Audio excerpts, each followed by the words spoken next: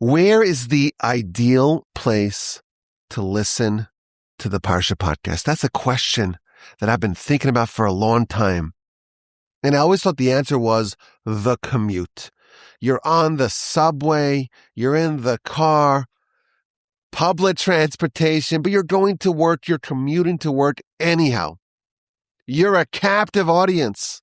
It's the quick and painless way to integrate some study, some Torah into your schedule. But then I said, maybe it's working out. It's important for your health to be strong and to live a long life so you could serve your Creator. And you're going to work out the mind, the soul, and the body at once. So as you're pumping iron, as you're jogging, you're listening to the Parsha podcast. Maybe that's the best place.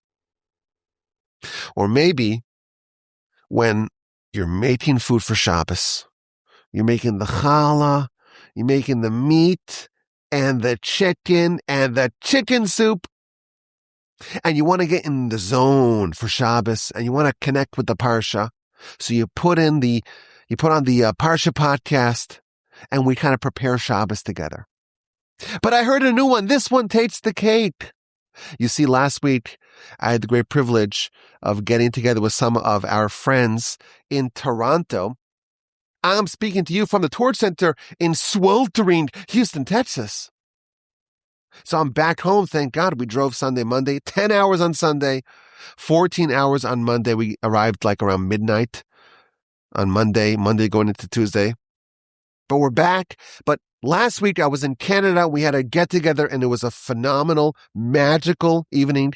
And I met a bunch of new friends and we had a phenomenal class. And there was a lovely couple there with their son.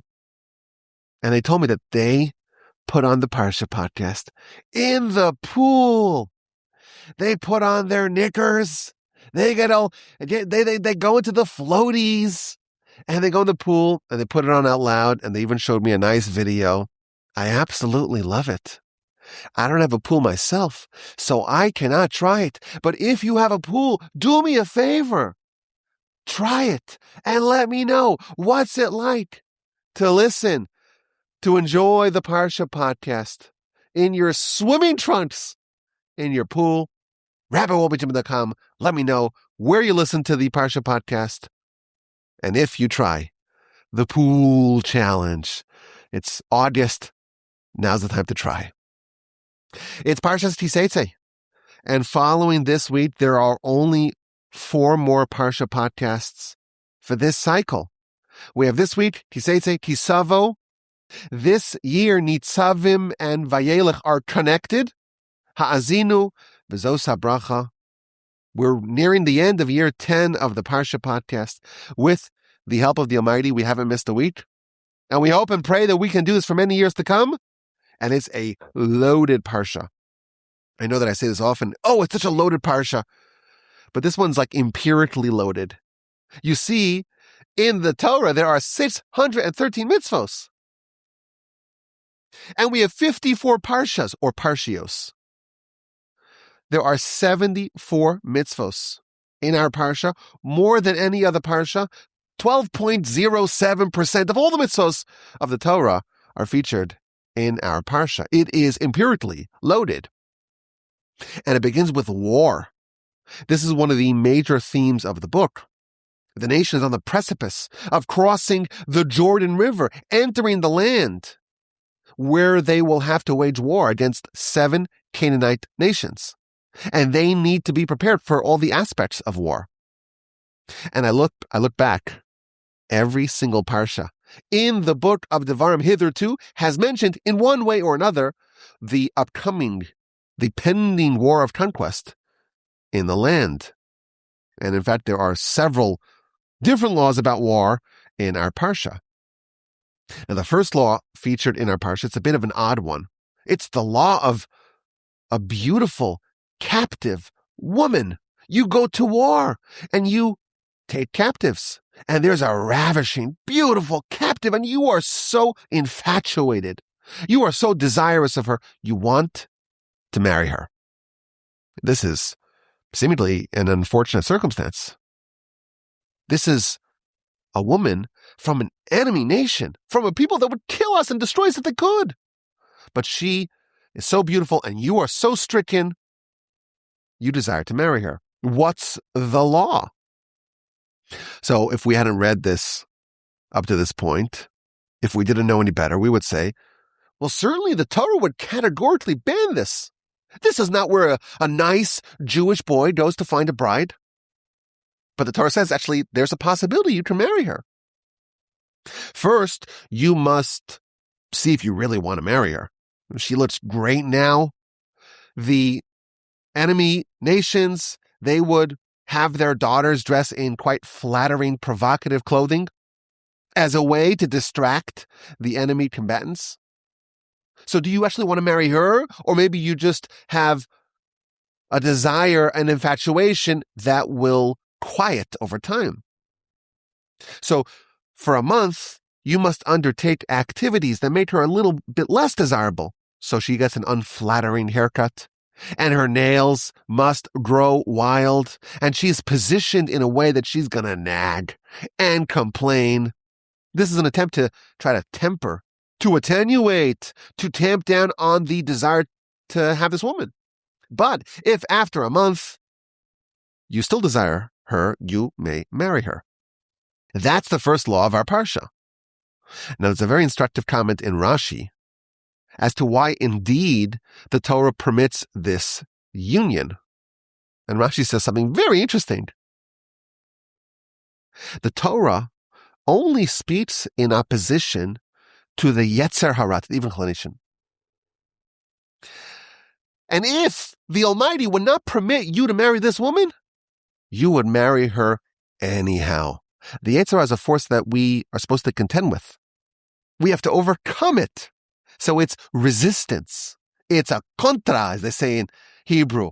It's a force that's opposing us, but we're supposed to overcome it. That's the nature of Torah. But if there is a force that's so overwhelming, there's no way to overcome it. There's no way to resist. You will capitulate, you will succumb. Well, then it's not included in the Torah. And if this particular situation, where the bullets are flying and the hormones are raging and the testosterone is pulsating. I remember hearing this once, that they would give a men a gun to play with and they would measure their testosterone before and afterwards and it would just shoot through the sky.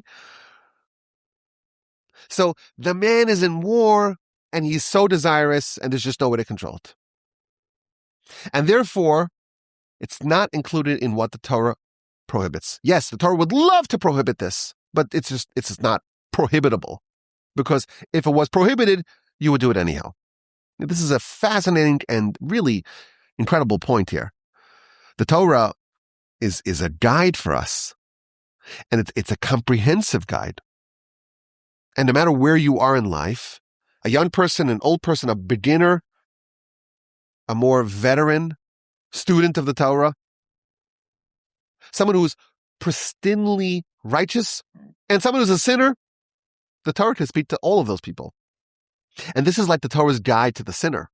The Torah doesn't want the Jewish boy to find a wife. There's plenty of wonderful young Jewish women for you to marry. Why are you going to this enemy nation? The Torah does not want to permit that. But for someone who's going to sin anyhow, there's a guide for it. This is like Sinner 101, a how-to guide for how to sin. The Torah does not want this Jewish warrior to marry this beautiful captive. He's going to do it anyhow. And even when he is sinning, there is a way that the Torah prescribes for how to do it. Now, of course, most of us are not soldiers conscripted for battle. So most of us will not have this exact scenario, but all the commentaries tell us that the war that's being described in our Parsha can be applied to other wars, other conflicts, including the Great War. And I'm not referring to World War I, as it was called before 1926. There is a great war that we are all combatants in. And that's the war against the Yetzer Hara. Our sages always described it in military terms. We have an adversary who's skilled, who's armed, and who is dangerous. And it wants to destroy us. And we have to devise a strategy and develop tactics to overcome this enemy, or else it will triumph over us. And there's total war. There's total war in every area of life. And we see a fascinating idea. In some of these wars, you could win. And in some of them, you're going to lose. But even a general who loses a battle can still win the war. Suppose you're going to have a battle that you know for sure you're going to lose. So what do you do? What do you do? What's the proper way to lose a battle? That's what we're being taught over here. There's a way to lose, but still hopefully maintain a chance to win the war. So for example, if you lose a battle but you maintain your army, you avoid a total rout, you live to fight another day, you lost the skirmish, the battle, but you could still maybe take a toll out of the enemy.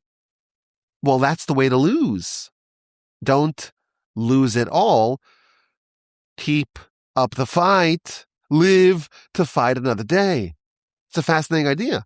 Of course, you read the verse and it's like, well, this will never be applicable to me.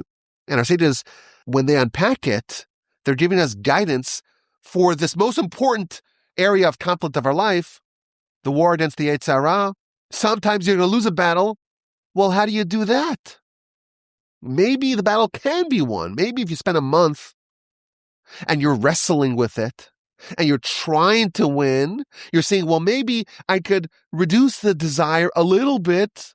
And who knows, maybe within 3 weeks of the nagging, the complaining, the long fingernails, and the unflattering haircut, maybe I could win. But what if I can't? Okay, if I can't, at least I tried. I took a stab at it.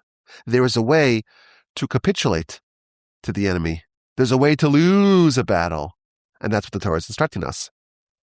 And our sages cite a very interesting teaching in the Talmud. The Talmud talks about a person whose evil inclination is overpowering him. What should he do? So the Talmud tells us that he should go to a place where no one knows him. And he should don black garments. And he should cover himself in black. And he should behave in the way that he seeks to behave. But at least, he won't desecrate the name of God. We see just, again, very interesting and maybe a subject not spoken of enough. There's a total battle happening in our life. And in some areas, we're going to lose a battle here, a battle there. Even in those unfortunate circumstances, there's a way to do it. Have minimal casualties. Go down swinging. Don't give up. Maintain the struggle. Don't allow the Yitzhak to lord over you. Avoid the risk of a wipeout. Prevent total loss. This is the first law of our Parsha. We said there's 74 laws, 74 mitzvahs. We studied 173 to go. Following the law of the beautiful captive, we have the law of a man who has 2 wives, and he loves one of them, and he hates one of them. And it just so happens that his firstborn son was born to the hated wife. Now, to be firstborn, there's some perks. They always say that, parents, they get their bearings of how to raise their kids properly. It takes some time. So they do some experiments that don't exactly go as planned on the first son. So he gets some perks. He gets a double portion in the inheritance. So suppose a man has 4 heirs. One of them is a firstborn son. The estate is divided up into 5, and the firstborn son gets a double portion. But this man wants to tinker with the laws of inheritance. He wants to give the firstborn double portion to the boy, not the one that was born first, but the one who was the son of his more beloved wife. That is forbidden, he must apportion the double portion of the firstborn to the one who was indeed firstborn, whether he is born to the more beloved or to the less beloved wife. Now, Rashi tells us very interesting, there's a certain continuity in the Parsha.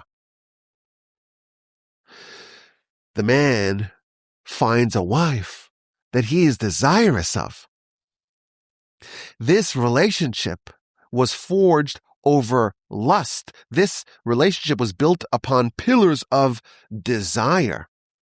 And the Torah is juxtaposing this to the law of a man who hates his wife. Why would a man hate his wife? This is the woman you choose to marry.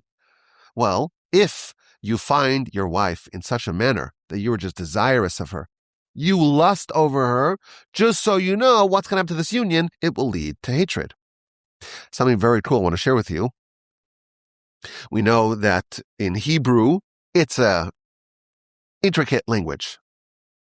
And one of the ways that it's intricate and different than, let's say, English, there are consonants and vowels, of course, but the vowels sometimes appear as letters, and sometimes they are featured as invisible nekudot, meaning in the Torah scroll you won't see the vowel, but you'll read it the same way. Sometimes this may not make any sense, but you have the exact same word spelled differently in the Torah in different instances. Once it will be spelled with the vowels as letters, and once those letters will not appear as letters, but rather will be invisible in the Torah scroll, they will be read the same way, just the nekudot, which is dots and dashes above and below the letters, those take the place of the vowels. Okay? A little bit of inside baseball here. In the 3 verses, chapter 21, verses 15, 16, and 17, the 3 verses that talk about the apportioning of double portion of the inheritance to the firstborn, the word bechar, which means firstborn, is featured 5 times in these 3 verses. And the word bechar typically is spelled the beis, the chaf, the vav, that's the vowel, and then the resh. In all 5 times in our Parsha, in these 3 verses, where the word bechar is featured, the vav, the vowel letter, is omitted. Why is that? Very, very cool. We know that in Hebrew, letters have a numerical value. So Aleph is 1. Well, what's double of that? Beis is 2. Gimel's 3. That's not double. So Aleph to Beis is a doubling. But then Beis to Gimel is not a doubling, because 2 to 3 is not a doubling. Well, when you get to 10, it goes 10 to 20. So 10 to 20 is doubling, but 20 to 30 is not a doubling. And when you get to 100, it goes 100 to 200. That's kuf to resh. There are 3 letters that have a numerical value that's double the previous letter. The beis, the chaf, and the resh, spelling out the word bechar, meaning firstborn. There are only 3 letters whose numerical value is double of that of the preceding letter. The bechar, the firstborn, gets doubled, and it's spelled indeed without the vowel letter. Following the law of the double portion to the firstborn, we have the law of the wayward and rebellious son. This is a boy. At a very specific age, they are 13, they're an adult, but between the age of 13 and 13 and 3 months, it's a very specific window. And they do a very specific constellation of activities. They steal money from their parents. They buy meat and wine. They eat the meat and wine in bad company. The Torah forecasts that such a boy, at this specific juncture in life, they do these specific set of things. They are on the path to a life of crime. And yes, their crimes today are innocuous. They stole. Obviously, it's not a admirable thing, but come on, it's not a serious crime. It's a misdemeanor. In some places, you can call the cops. That's why when you go to CVS, you want to buy toothpaste, you got to have someone come and lock it for you someplace in this country.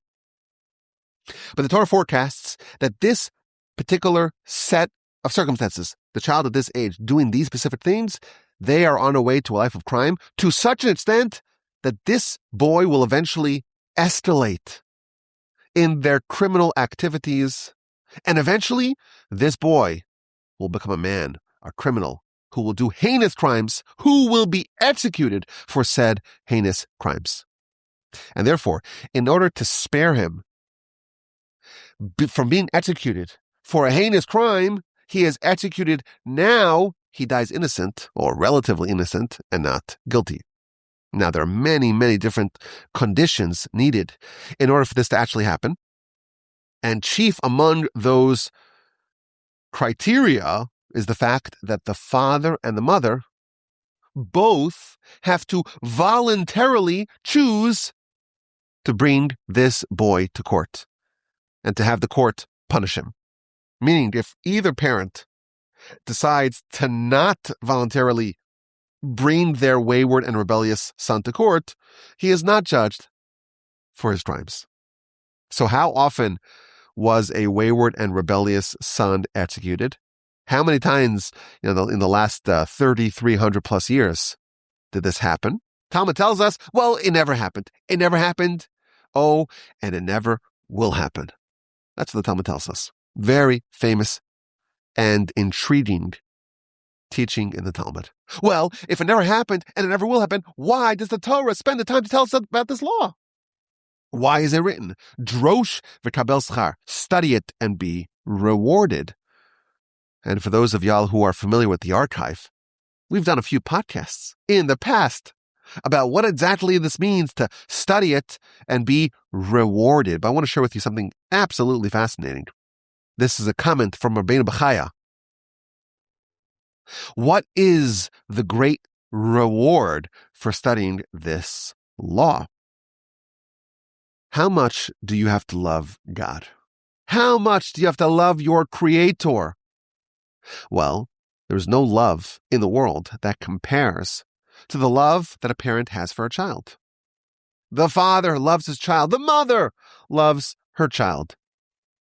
And there was a boy who did some not wonderful things. He's stealing. It's terrible. And he's developing a taste which will lead to a dependency for wine, for meat, and he's hanging out with bad company. The parents have a choice. Are you going to bring him to court to be executed? Why? Because God is forecasting that this child will live a life of crime and will eventually be executed for far greater crimes. That's one option. Or do you say, we don't want to adjudicate this. He'll grow out of it. The parents are encouraged to love God, to trust God more than their love for their son. So, of course, this law never happened. It never will happen. But there's a powerful lesson. The lesson is, what does the Almighty expect of us? What does He want of us? And he adds a very profound point. There was a man, there was a father who loved his son. It was his beloved son. It was his only son. And God said, I want you to go sacrifice this son for me. Of course, we're talking about Abraham. Abraham, binding of Isaac. Abram was told, which one are you going to love more? God or your son? And he chose God. So there's a law. It's a theoretical law. It never happened. Never will happen. The wayward and rebellious son.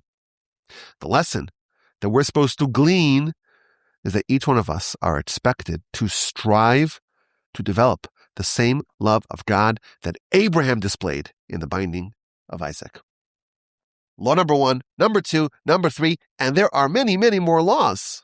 The immediate burial of the dead, returning lost objects, not cross-dressing, sending away the mother bird before taking the chicks or the eggs, putting a fence around your roof so no one falls and there's no bloodshed on your property, not intermixing seed, not plowing with different animals, the ox and the donkey. I saw something very interesting. The ox is a kosher animal, the bull, the bovine. It chews its cud. The donkey is not kosher. It does not chew its cud. You have the ox, you have the donkey, and you feed them both. They're both fed, and now it's time to plow the field. You are fed, now do some work. So you hitch up the donkey and the ox, and throughout the time they're pulling the plow, the ox is chewing and chewing and chewing. Not because it got new food, it's chewing its cud. And the donkey is like, why am I not being fed? I have this dude or this thing next to me, and it's not fair, and you're going to cause pain to your donkey. And that's why perhaps commentaries tell us this law is told to us, don't plow with different animals with different species. Many more laws, not to wear shatnez, a garment interwoven of wool and linen. To yes, where it sits on the corners of your garments. Of course, we saw that law in the past. Deuteronomy means the repetition of Torah. Many laws that we've seen hitherto will be repeated. The penalty for falsely accusing your wife of adultery. The penalty for adultery. The penalty for seducing a young maiden. The prohibition of a variety of people from intermarrying amongst our nation. A eunuch cannot intermarry. A mamzer, an illegitimate, a bastard, someone born from an illegitimate union, cannot intermarry amongst the Jewish people. An Ammonite or a Moabite convert. Who are these Ammonites and Moabites? These are nations spawned by the progeny of Lot.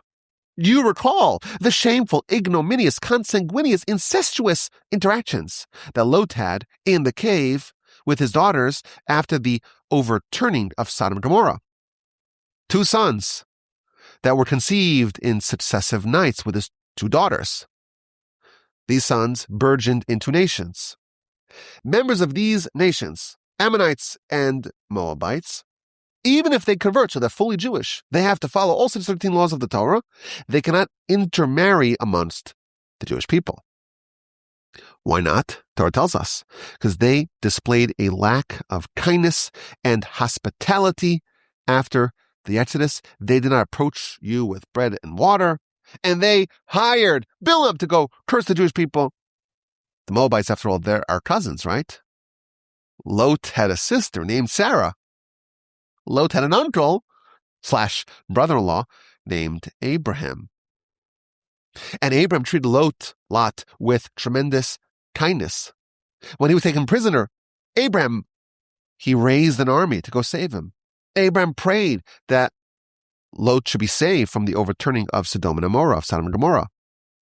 These nations should have reciprocated our kindness, the kindness of our patriarch for their patriarch, but instead they chose to not offer us bread and water. They chose to hire Bilam to curse and try to destroy the nation. Such a treacherous act of ingratitude, of lack of kindness and hospitality, renders their descendants ineligible to intermarry with our people.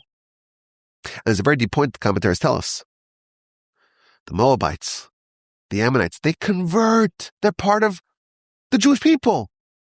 But they cannot intermarry. Why? It seems like it's a punishment, right? That's how you would read it. It's a punishment for the cruel deeds of their ancestors. Commentaries tell something much more profound. There's a characteristic that these people, that this nation has, that just is not compatible with our nation. The hallmark of our people is to be kind, is to be merciful, is to display gratitude. When there is a people who have in their bones, in their DNA, unkindness and lack of mercy, cruelty and lack of gratitude, we just cannot mix these 2 nations together. So the Ammonites and the Moabites, they can never intermarry amongst the Jewish people, or at least male Ammonites and Moabites cannot intermarry. Females can, of course. That's why Ruth, great-grandmother of David, a Moabite convert, she was eligible to intermarry amongst our people. That's the Ammonites and Moabites. What about other nations that we have some history with? An Egyptian convert. Ooh, we spent some time in Egypt, you recall. It wasn't so pleasant. What about a convert who comes from Edom, descendant of Esau? Can they intermarry? So an Edomite convert, after 3 generations of being Jewish, can intermarry. An Egyptian convert can intermarry right away. Why? Because they hosted us in their land. and for that we must forever be grateful. For them, even though the conditions of our sojourn in their land was unpleasant, nevertheless, we cannot have this animus towards them.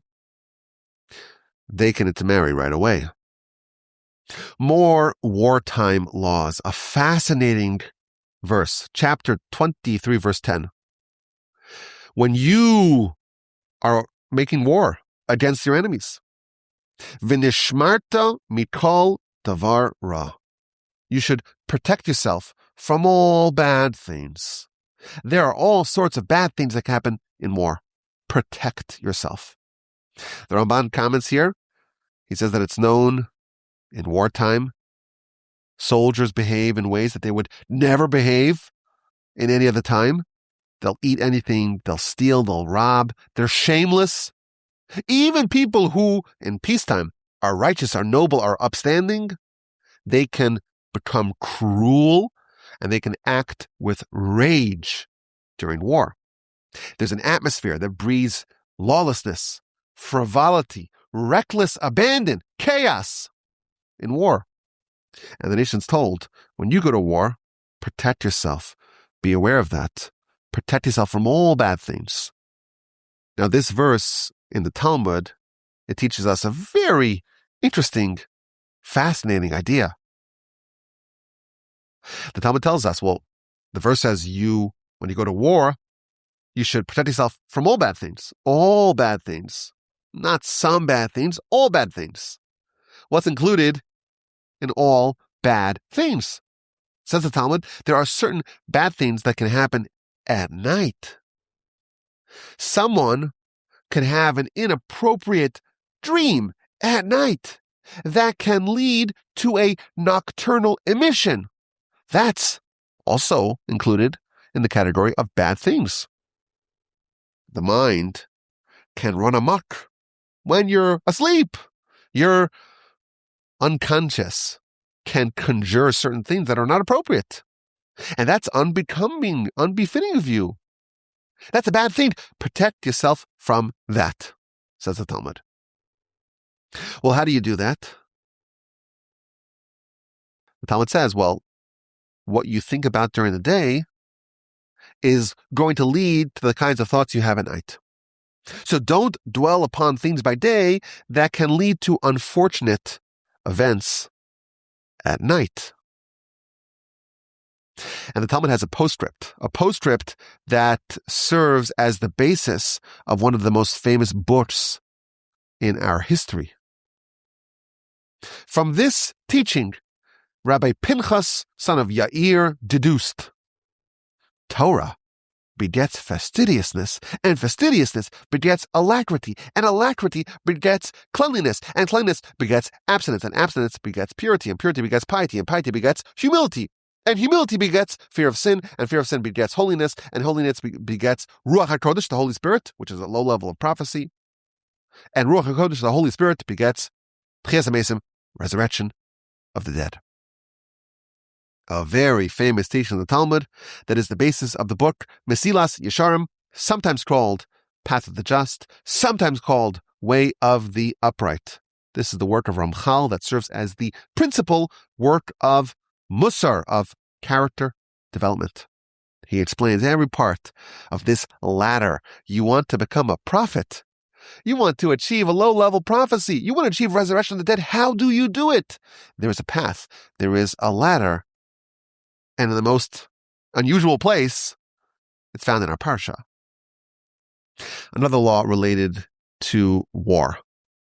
When you, in war, you go to relieve yourself, you should take a spade, a shovel with you. And with that, you dig a hole and cover your excrement. We are an august, dignified people. We are a princely, elevated, dignified, courtly people. But war is dangerous. It can bring out a savagery, a beastliness in people. And the Torah tells us, protect your dignity. Do not descend to an animalistic level. Even though people are dying, still maintain your dignity. And another fascinating law If there's an escaped slave who escaped from outside the land of Israel into the land of Israel, you cannot return him to his master. It's like the opposite of the Fugitive Slave Act of 1850. Even if the slave is not Jewish and the owner is Jewish, you cannot take a person who is in the land of Israel and remove him from this holy land and bring him to his master who is outside of it. More laws in our Parsha. The prohibition against prostitution, the prohibition against the usage of the prostitute's fare for a sacrifice, prohibition against taking interest and usury, the imperative to keep your word. If you make a pledge, pay it. Laborers working in the field. You can't muzzle them. They must be allowed to snack, but they cannot take a doggy bag home. Laws of marriage, laws of divorce, laws of remarriage, laws of a man in the first year of his marriage. He does not join the army. Kidnapping is a capital offense. If you have a tsaras affliction, you cannot excise it with a scalpel. A collateral for a loan must be returned to the owner when they need it. If it's a day garment, it's a collateral for the loan, you have to give it to them by day. If it's a night garment, you have to turn it in at night. Day laborers must be paid on the same day. Do not corrupt the judgment of a foreigner or of an orphan. The dropped shearings, leave it for the poor. Lashes, for those who deserve it, no more than 40. Do not muzzle an ox as it is threshing. Yibum, Levirate marriages. We did a whole podcast last year, year 9 of the Parsha podcast, Yibum or Bust. Everyone remembers that. 2 brothers, one dies with no children. The surviving brother marries the widow, and they provide a legacy for the deceased and childless brother. Honest weights and measures. And the Parsha ends with a revisiting of our nation's cosmic conflict with another nation, the nation of Amalek. Zechar, remember what Amalek did to you when you left Egypt. They attacked you on the way. They preyed upon the weak ones. You are required to eradicate the memory of Amalek from underneath the heaven. Do not forget. This is a callback to our nation's first war following the Exodus, even before the nation arrived at Sinai. Chapter 17 of the book of Exodus. You recall the story. The nation was attacked. Moshe assigned Joshua to lead the battle the following day. Moshe goes up the mountain. He raises up his hand in prayer on the top of the mountain, and Joshua and his men weaken Amalek with a sword down below. The nation of Amalek is the opposite of our nation. Whatever we stand for, they take the other side. Our nation was designed to bring knowledge of God, awareness of God to the world. Amalek is the opposite. And so long as this nation of Amalek remains extant, the throne of God is incomplete. The definition of us fulfilling our mission is the eradication of Amalek, and whatever Amalek stands for, eradicate it from underneath the heavens, and that is something we must never forget. It's a parsha that's loaded. No other way to describe it. And if we want to go backstage and find an underlying theme, or even a theme that's found throughout the parsha, it's difficult. But we don't shy away from that. It's our mandate. It's year 10 of the Parsha podcast. We have to go backstage. So let's begin. In our Parsha, in a most unusual location, we find the instructions for how to achieve prophecy, how to achieve resurrection of the dead. Do you want to know how to do that? Do you want to know how to become a prophet, how to resurrect the dead? We have the instructions in our Parsha. A very fascinating verse. You go to war against your enemies. V'nishmarta. Mikol davar ra, protect yourself from all bad things. Says the Talmud, what does that mean? Don't think by day about things that will lead to impurity at night. And the great Rabbi Pinchas ben Yair deduces from this teaching a whole ladder, a ladder that takes ordinary people and turns them into prophets, into those who resurrect the dead.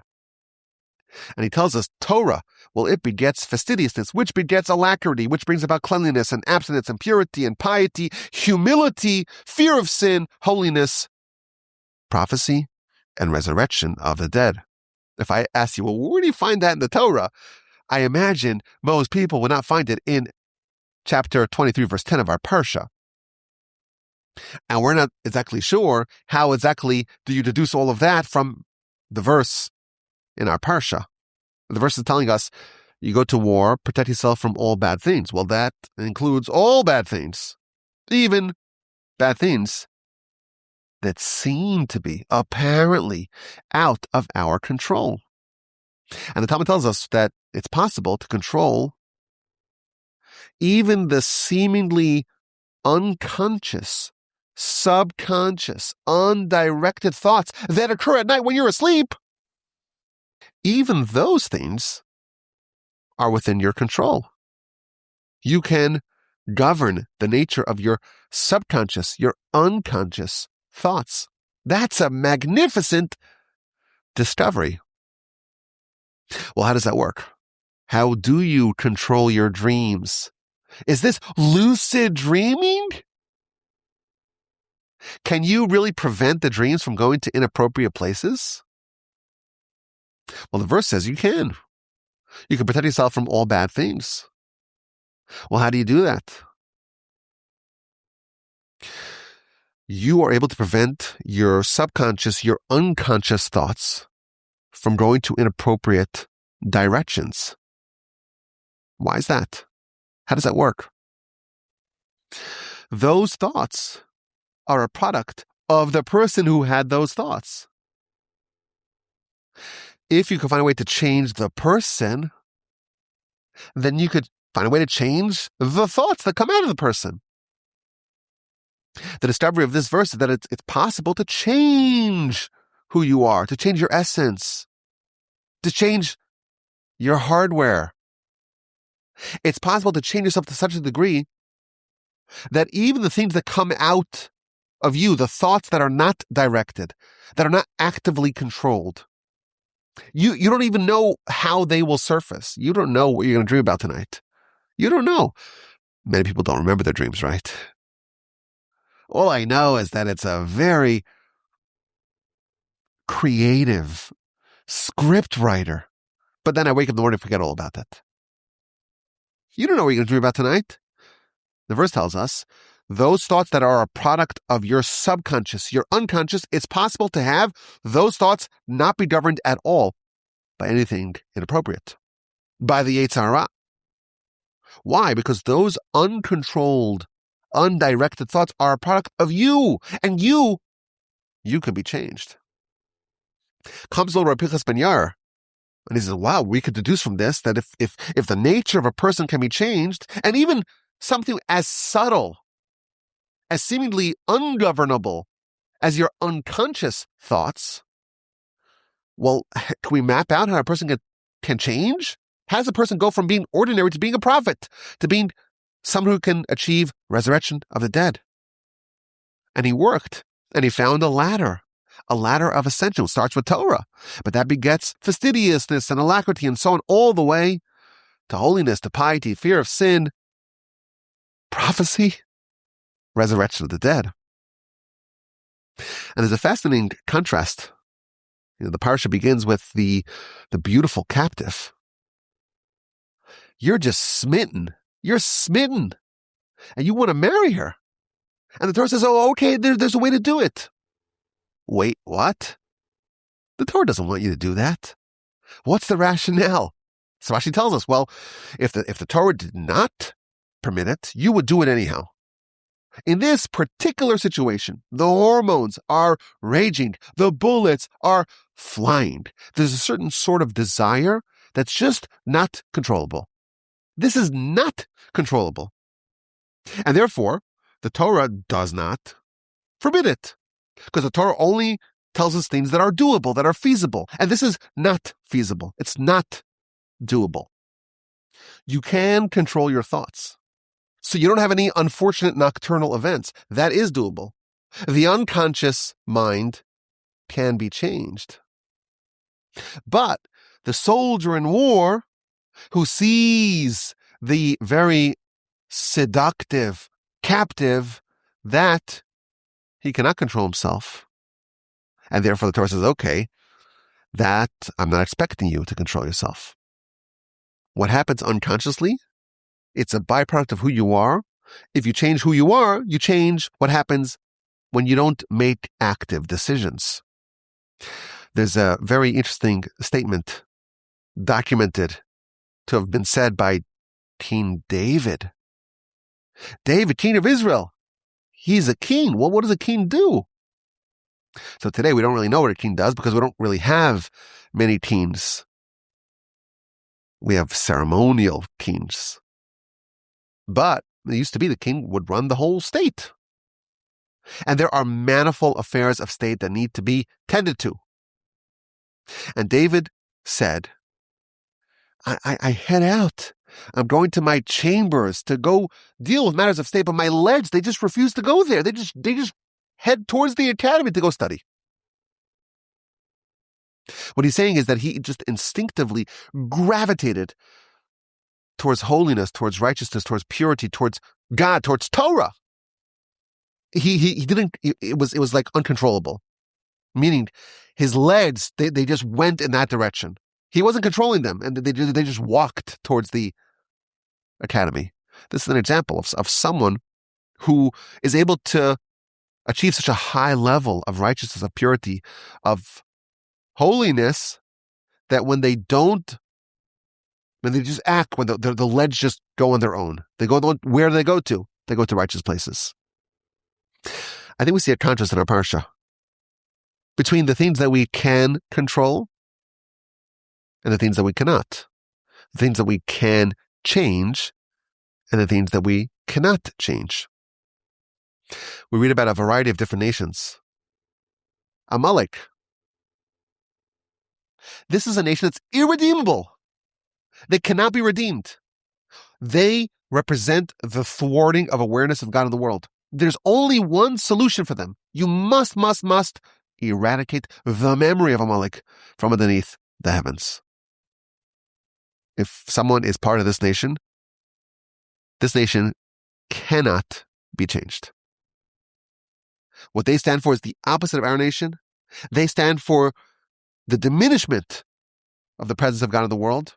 So long as they're around, God testifies the throne of God is incomplete in this world.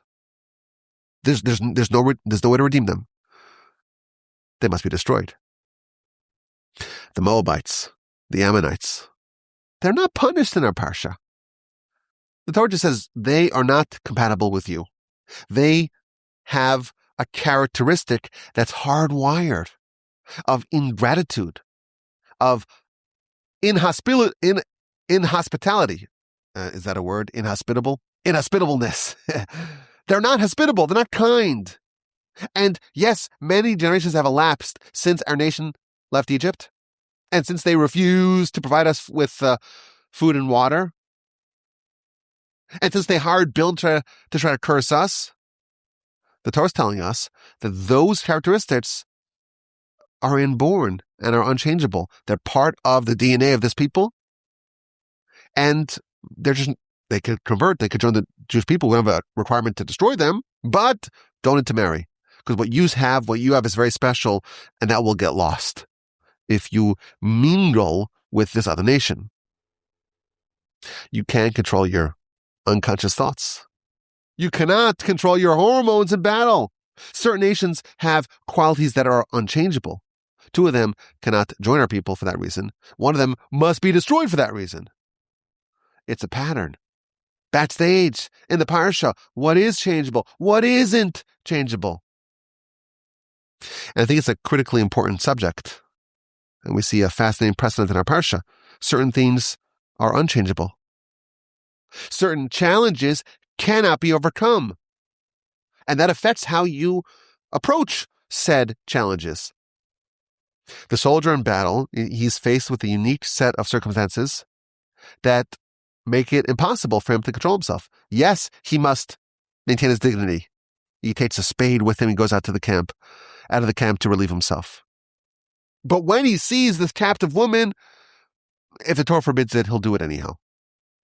Well, if it's not possible to control yourself, if it's in the category of what's uncontrollable, you're not expected to control it. 3 nations with certain inborn, unchangeable characteristics: lack of kindness, ingratitude, inhospitality. In the Ammonites, in the Moabites, and no matter how many generations have elapsed, these characteristics are unchangeable. And there's another nation, Amalek, a nation that's essentially the counterweight of our people. As long as they are around, the throne of God is incomplete. The only way forward is for this nation to be eliminated. This framework, I think it has enormous consequences for us as individuals. We're trying to elevate ourselves. We're trying to upgrade ourselves, refine ourselves. It's imperative for us to know what is within the realm of the changeable and what's outside of the realm, what we can change, what we cannot change. And in our Parsha, we learn that surprisingly, a lot is in our control. It's possible to ensure that the undirected thoughts that surface when we are asleep, those thoughts can be managed. It's possible to change yourself to such a fundamental degree that your undirected thoughts, your undirected activities, like David, he's just walking, he's strolling. He's not planning where he's going. He ends up in the academy.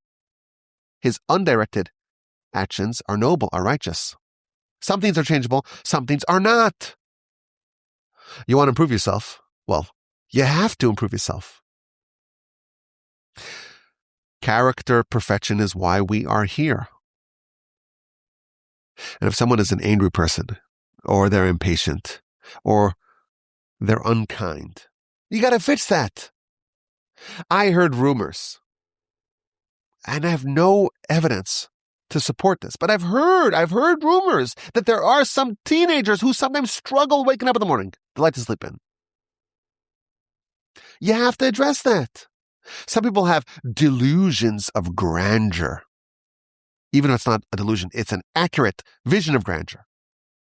But if someone has a view of themselves that is hubristic, that's arrogant, that's haughty, that's unbecoming of someone who was created. If you're a creation, there's no reason, there's no rationale for you to be haughty. Haughtiness and hubris are subcategories of faithlessness. If you believe that you were created, there's no room for you to be haughty. Humility, by contrast, is just another way to say faith. And everyone's stricken with a different set of character shortcomings. And the reason why we are here, the number one mission in life, is to achieve perfection, to create a version of ourselves that's perfect, that can flourish forever in the afterlife. We have to perfect ourselves here in this world so that when we arrive there in the next world at the end of the corridor, we're ready. And we don't need any posthumous perfection. Well, how do you achieve perfection? You have to perfect every area of life. You have to be someone who's righteous, who's upstanding, who's good in every possible way. In your relationship with God Almighty, your Creator. In your relationship with your fellow man, interpersonal. In all of your characteristics within. And the Gaon of Vilna, he used to say, there's 3 different categories. Some things can be changed with just a little work. And certain things can be changed with great effort. And surprisingly, there are many, many things that are within this category, including what you dream about. And there's a third category, the things which are unchangeable. And you have to know what falls into which category. And if something's in the third category, you can't change it. It's hardwired. You have to deal with it. You got to work around it. There's no other way. We're nearing the end of the Parsha cycle. We got 4 Parshias to go. We hope and pray that the Almighty gives us the strength to finish this cycle of the Parsha podcast. We're back in Houston, Texas. I'm in the Torch Center. I appreciate you joining me on this journey throughout Parshas Seitzei. And please God, we'll get together again next week for Parshas Kisavo. We're approaching the end of the cycle. Wow. What an amazing accomplishment. Hope you have a wonderful rest of your day and a splendid rest of your week. And of course, a meaningful and productive and uplifting and exciting and enjoyable Shabbos upcoming. And please don't tell me we'll talk again next week. And of course, my email address is rabbiwolbe@gmail.com. Do me a favor. Send me an email and forgive me if it takes me a while to get back to you. Let me know what's going on. How are things? Questions, comments, feedback, and just general chit-chat. rabbiwolbe@gmail.com.